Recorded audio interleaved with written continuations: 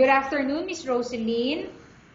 Good afternoon, ma'am. Okay, Miss Roseline, can you tell me about yourself? I'm Roslyn Manalo, 35 years old. I'm a single mom of my 6 years old daughter.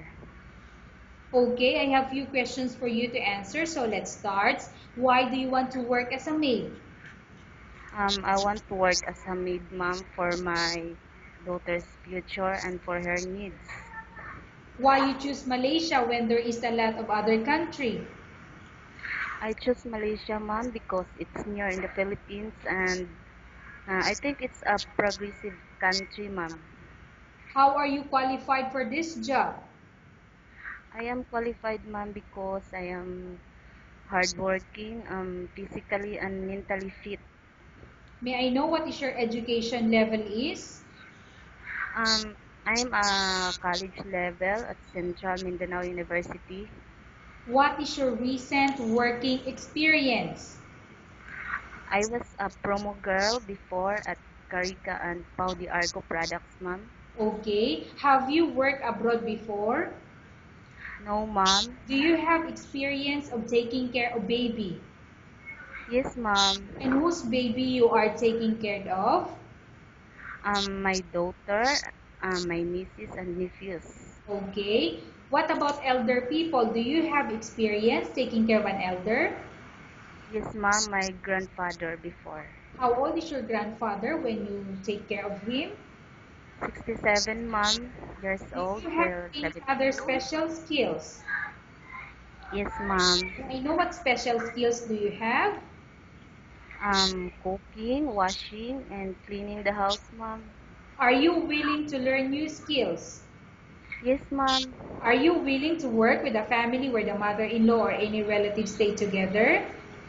Yes, ma'am. Currently, are you still working now? No, ma'am. Do you know how to cook? Come again, ma'am. Miss Roseline, do you know how to cook? Yes, ma'am. What sort of food can you cook? Filipino food, ma'am. Can you please tell me the Filipino food that you can cook?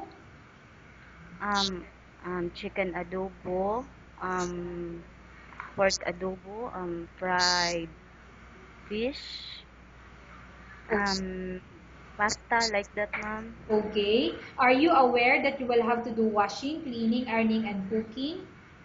Yes, ma'am. From all the house chores or household work, such as cooking, cleaning, ironing, and washing, which do you like most? Come again, ma'am. From all the house chores or household work, such as cooking, cleaning, ironing, and washing, which do you like most? Cleaning, ma'am. If ever you were selected to work in Malaysia, who will take care of your kids? My auntie, ma'am. You are not allowed to use handphone during working hours. Yes, ma'am. You are only allowed to use handphone after you finish all the works and when going to bed. Yes, ma'am. You are strictly needed to surrender the handphone to your employer in the morning, and your employer will return back to you once you're going to bed. Yes, ma'am. If ever your employer finds out that you're abusing or using your handphone and it's affected your work performance, your employer will confiscate your handphone and you're not allowed to hold it anymore. Instead, your Yes, employer ma'am. will allow you to call to your family 3 times in a month. You're only allowed to bring normal phone and you're not allowed to bring smartphone. Are you agreed for the terms and condition? I agree, ma'am. Yes, ma'am. Are you agreed to the rules and regulation for the handphone? Yes, ma'am. How many years is the contract as you agreed and understand? 2 years contract, ma'am. Can you describe for me your ethics or your attitude? Um, I'm a hardworking, honest, trustworthy, responsible. Okay. How can you assure to us that you will work hard in Malaysia? I will assure you, ma'am, that I will finish my contract as an agreement, ma'am. Okay. Can you promise not to use the telephone without the permission of your employer? Yes, ma'am. Can you promise Not to put on makeup but to dress properly while work. Yes, ma'am, I promise. Can you promise not to invite friends and relatives without the consent of your employer? Yes, ma'am, promise, ma'am. Can you promise not to ask for advance salary from your employer under any circumstances? Yes, ma'am, I promise. Do you really understand of the rules and regulation of the agency? Yes, ma'am, I understand. Do you pay any placement fee for you to come to Malaysia to work as a maid? No, ma'am. Do you have any history of sickness, example breast cancer or any other illness? No, ma'am. Do you suffer from any skin diseases, allergy or physical defect? No, ma'am. Have you suffered from any serious illness? No, ma'am. Do you smoke? No, ma'am. Have you undergone any operation? No, ma'am. Are you medically fit? Yes, ma'am. Are you in any medication? No, ma'am. Are you allergic with any food? No, ma'am. Are you prepared to work for the employer of any race? Come again, ma'am.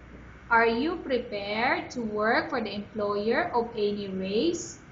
Yes, ma'am. Are you prepared to eat the type of food taken by your employer? Yes, ma'am. Are you afraid of being left alone in the house? No. No, Are you ma'am. afraid of dogs or other pets? Ma'am. Are you afraid of dogs or other pets? No, ma'am. Can you promise to work according to instruction from your employer? Yes, ma'am. Do you have any immediate family working in Malaysia? Come again, ma'am. Do you have any immediate family working in Malaysia? No, ma'am. Okay, Miss Roslyn, we have finished our question section. Let's go to case study. I have a case study for you and I want you to answer me truthfully. Upon arrival in Malaysia within 6 months, if ever any of your family members pass away, what will you do? Will you continue to work till finish your contract or you will go back? I will continue and finish my contract, ma'am. Okay, can you please put your microphone? Okay, I know what is your answer. I will finish my contract, ma'am.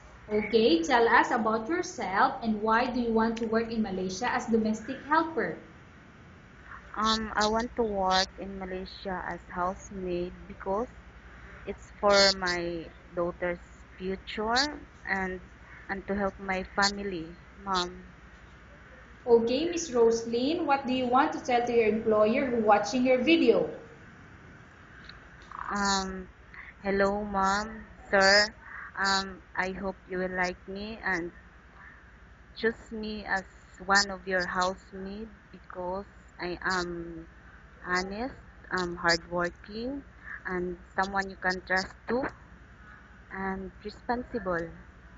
Okay, thank you very much, Miss Roslyn. We will update your agency if there's any selection made by the employer. Thank you, ma'am.